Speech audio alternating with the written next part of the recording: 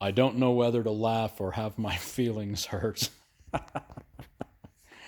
Okay, we're looking at a flipped upside down part of a frame here. Well, it's a full frame. Wow. This is the frame out of the front end of a 69 Firebird. Your Camaro would have the same frame in it. A while back, it come into the shop. We welded a plate in here. For whatever reason, there was a bad spot there. There was a bad spot there and a bad spot further. So we put a few plates in, welded it up. And I mean, this is, it was on a car that came from Arkansas. Like, look at the pitting on it. It's very, very minute nothing. It's no big deal. So what should be done at that point is you clean it all up. You treat the living hell out of it. Now, I don't care if you're going to do vinegar a bunch of times with towels and then neutralize it, brush on whatever, OSFO. I'm not going to tell you what the best is and what the best isn't, but you can treat the hell out of it. And after you do that, sand it to get a nice tooth in it, and then epoxy prime the hell out of it so that it's sealed. The idea with sealing with epoxy, if you clean it enough to get most of it out and you seal it, you properly use an epoxy to seal it, it can't breathe. Now, I don't know if you understand scientifically how rust works, but it's pretty simple. It sucks the water out of the air, the dampness and the oxygen, and it just keeps absorbing it and it keeps rusting. So do what you can to clean it as best you can, and then seal it in a way that it can't breathe. If it can't breathe, it can't rust. Now, you can never stop any rust, but you can slow it down. So this frame, I assumed would come back to me because we welded up what we welded up, and the owner wanted to take the rest of it apart or whatever parts off it and clean it up. He wire wheeled it. He did a good job. It's not crusty. Now, this frame wasn't really flaky or anything. I mean, the best thing to do with this, he should have brought it to a guy down the road here who would sandblast it outside, blow it off, and throw a light coat of professional etch primer. When I say professional, I mean spray bomb, but there's, your $20, $30 professional bombs versus lacquer. Lacquer's garbage. Don't use it. In my opinion, it's just an opinion. That'll preserve it long enough to get it home. Sand it to put even more tooth in it, maybe. So it's all going to come off anyway, but it went in and burnt the difference. You see what I'm saying? Or you take it where it is right now. You do OSFO. You can go all over YouTube. You'll find all that info. You treat it and it'll be fine. Make sure you neutralize it anytime you do any of that stuff. I like white vinegar, 50-50 with water, but you just buy regular white vinegar. You lay vinegar-ridden towels all over this.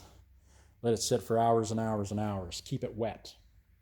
Then you come in, you brush it all off with the wet, dirty vinegar. You got to wash the hell out of it. You got to neutralize it with water. So I'll take my brushes, scrub the hell out of it with baking soda and warm water. And you basically put baking soda in the water and mix it until it can't mix no more, and it's just a white, cloudy nastiness. The baking soda water goes in, neutralizes all the acid, and apparently draws it out. Now, it also leaves a bit of a coating, which helps you against the rust. So now you got to clean it off somehow or sand the hell out of it to get it all out. There's options out there, is my point. Permatex, company I buy from all the time, they make a product that's similar to a navel jelly. You put it all on, you leave it wet and thick, you wait 45 minutes to an hour and a half, you clean it all off. Dish soap, water will neutralize the product, so they say. I feel that it may, so I wash the hell out of it like they say. Then I blow it off to get as much wet off it as I possibly can, and then usually I'll hit it with something else. Like a mild etch primer like that, and I put it on that you can almost see through it, but it'll basically etch it just enough that it won't rust. Next step, sand it again. So I don't put like blankets of etch primer or try to hide anything. You're just putting a thin layer on to etch it. That's it. You're just protecting it temporarily. You clean it up, you clean it off, you epoxy it. You've got a window with epoxy where you can top coat it. I'll usually top coat it. You know, it could be up to 2, 3, 4 days depending on what you use. The stuff I use, you got to wait at least a couple hours. I'll usually wait about 4. And then right in the booth, I'll go in and put black paint on it, whatever. It doesn't really matter. The epoxy does the job, and the paint just makes it look kind of pretty. And this is going under a car. What you absolutely should not do when you're playing with your frame, in my opinion, first off, that looks like that metal epoxy that's in a little stick in a little tube. You mash it together and it turns into metal. He thought that there was a little dimple dent there, and because the metal's too thick to fix it, because we put a plate in here, he fixed the dent with that. And he thought it looked pretty successful, so then he carried on. This area of this frame has been repaired, but he wasn't happy with it, so he ground it further, which he really shouldn't have done because you want all the strength remaining. And then he decided there was little pits, and then he put this anyway. Totally unnecessary, complete waste of time. The whole frame has little teeny tiny pits in it. You're going to paint that. There's going to be some sort of imprint that'll come through on the paint a little. Look, this is going under a car. We're going to put 2 fat coats of epoxy. You'll never see any of this again. Then we're going to color it. But you will see this super shiny place when we sand these down. Don't put this crap on there. 2 reasons. One, it's totally unnecessary. It's just a frickin' mess.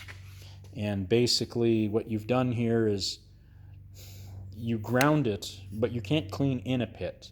Now nothing is going to go in there to treat what's under this. So it is what it is. So we got to take all that shit off. That's just the reality for it to be good. And this is going on a car that I know is going to be sold when it's done, not by me, by the owner. That said, if this comes in my shop, and I explain this to the owner, I'm going to sandblast all that junk out of there as much as I possibly can. Don't ever bring me anything like that again. Don't put body filler in it. Don't put weird stuff. Don't put cheap stuff. No. That brings up another thing. You guys with your pickup trucks. I cleaned it up. I did a real good job. I put bed liner all over my frame. I put gravel guard. I put undercoat all over my frame. If your frame looked like this when you were done cleaning it, if you oiled the hell out of it, it'd last probably forever. You bed line over this and even over this. Moisture goes in. It can't always get back out. That rubberized stuff is weird. Your truck completely rots out in a few years underneath that crap you put on it. The crap works, but only if you've done all the other steps. When you hide stuff, we're going to go back to your teacher giving you crap in grade 2 here, but when you hide stuff, it comes back. Now, case in point, when we put the little plate in here, we left a ghost imprint of where it was repaired. What I like about that is a guy can look at it and go, that was repaired. You can get a bore scope, whatever you want to do, look in here. It's a good repair, but it ain't hidden because it's good. You don't have to hide it. When you hide stuff, it doesn't work. It usually fails. Now, he ground the hell out of this again, which means it's weaker now because he took a bunch of material off. I made this plate just a touch bigger than what we replaced so that I could weld towards that plate and eat the heat. This plate, was, I don't know, it was a little bit thicker. So that's why you could kind of see that there was something in there. and we basically cut it enough that we knew our weld would go through, like a cut and butt situation, only hotter and heavier and faster. It's welded really, really well. It is what it is. I'd rather you kind of see it a little bit, but yeah, you know, there was an issue here. We welded it up. I know here the transition had a little bit of a dimple. He decided to fill it. Just leave that alone. Anyway, so that's my rant for today. There's probably a handful of restoration guys out there that do all this kind of thing. Some professional, some not professional, some guys like me that fell into this. The reality is we're all watching shit like this and gravel guard right over top of what, you know, I cleaned all the rust. No, you didn't. You definitely didn't. We're losing our minds because you're kind of wrecking it. So do a bit of research. If it looks easy, it's probably not the best way to do something. Keep that in mind. I understand not everybody can afford all the processes and so on, but you know, a guy could buy a cheap sandblaster and pull this off if you have a yard where there's room and a place to do it. I'm not a big sandblaster, but you can treat this. You've got options. As far as a bit of pitting on the frame, you clean it, you treat it, you paint it, you call it a day. I'm trying to help you. I'm not trying to be an insulting prick. I'm not chastising anybody, not even the owner, because the guy that did this, 9 out of 10 times he does things, he brings me things, and the guy's great. I work with him all the time. We build cars together.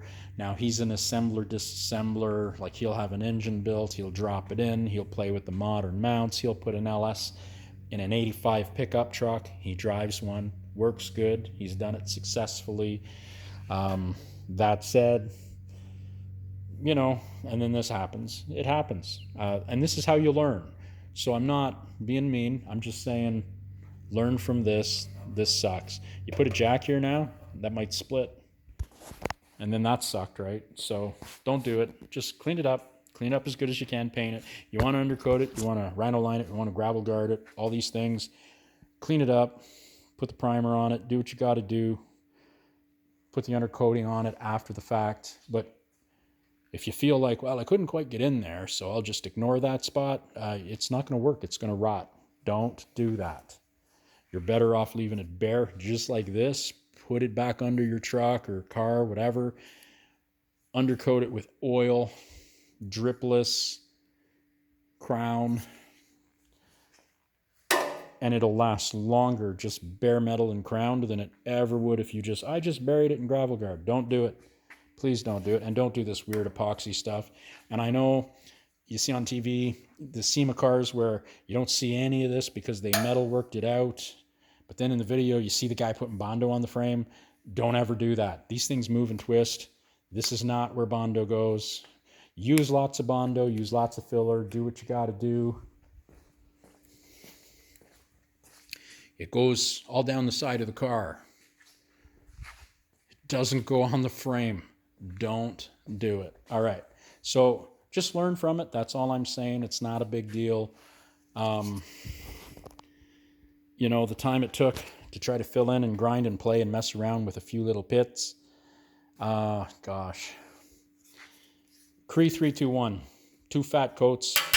They'd all be gone. They're all filled with the epoxy primer. That's why you don't need to do this. But the guy at home who knows how to spray bomb a frame knows that they'll show through that paint. The guy who's going to put professional grade epoxy on this is going to bury it in epoxy. That is how you get rid of fine pitting and all this other stuff. So I hope that's helpful to somebody. And if I only saved one car out there, you know, it ain't like saving the whales, but you know, the car will be better for it. My life is about that. That's what I like to do. I like to keep these old turds on the road. I like to have fun with them. Anyway, so have a good day. Just when you get that idea to do this, something in your brain, hopefully maybe this video, maybe another video, maybe some guy yelling at you. I don't know what it'll take, but there's no way that this is nicer than whatever little ding was there. It's like a big glob of Play-Doh that's stuck there forever. It's just, it's why? Like here there was a dent because these always get rubbed, but the whole thing has marks and dents in it. But well, this one was deep. Just leave it. It's fine. It's your friend. It's under the car. You're not rolling this over a mirror at Barrett-Jackson, right? If you are, you're just going to go buy a new one of these frames. You can buy these new. You can buy real nice ones with good suspension. But you don't need it. This is fine. Clean it up, paint it, done. Thanks for watching.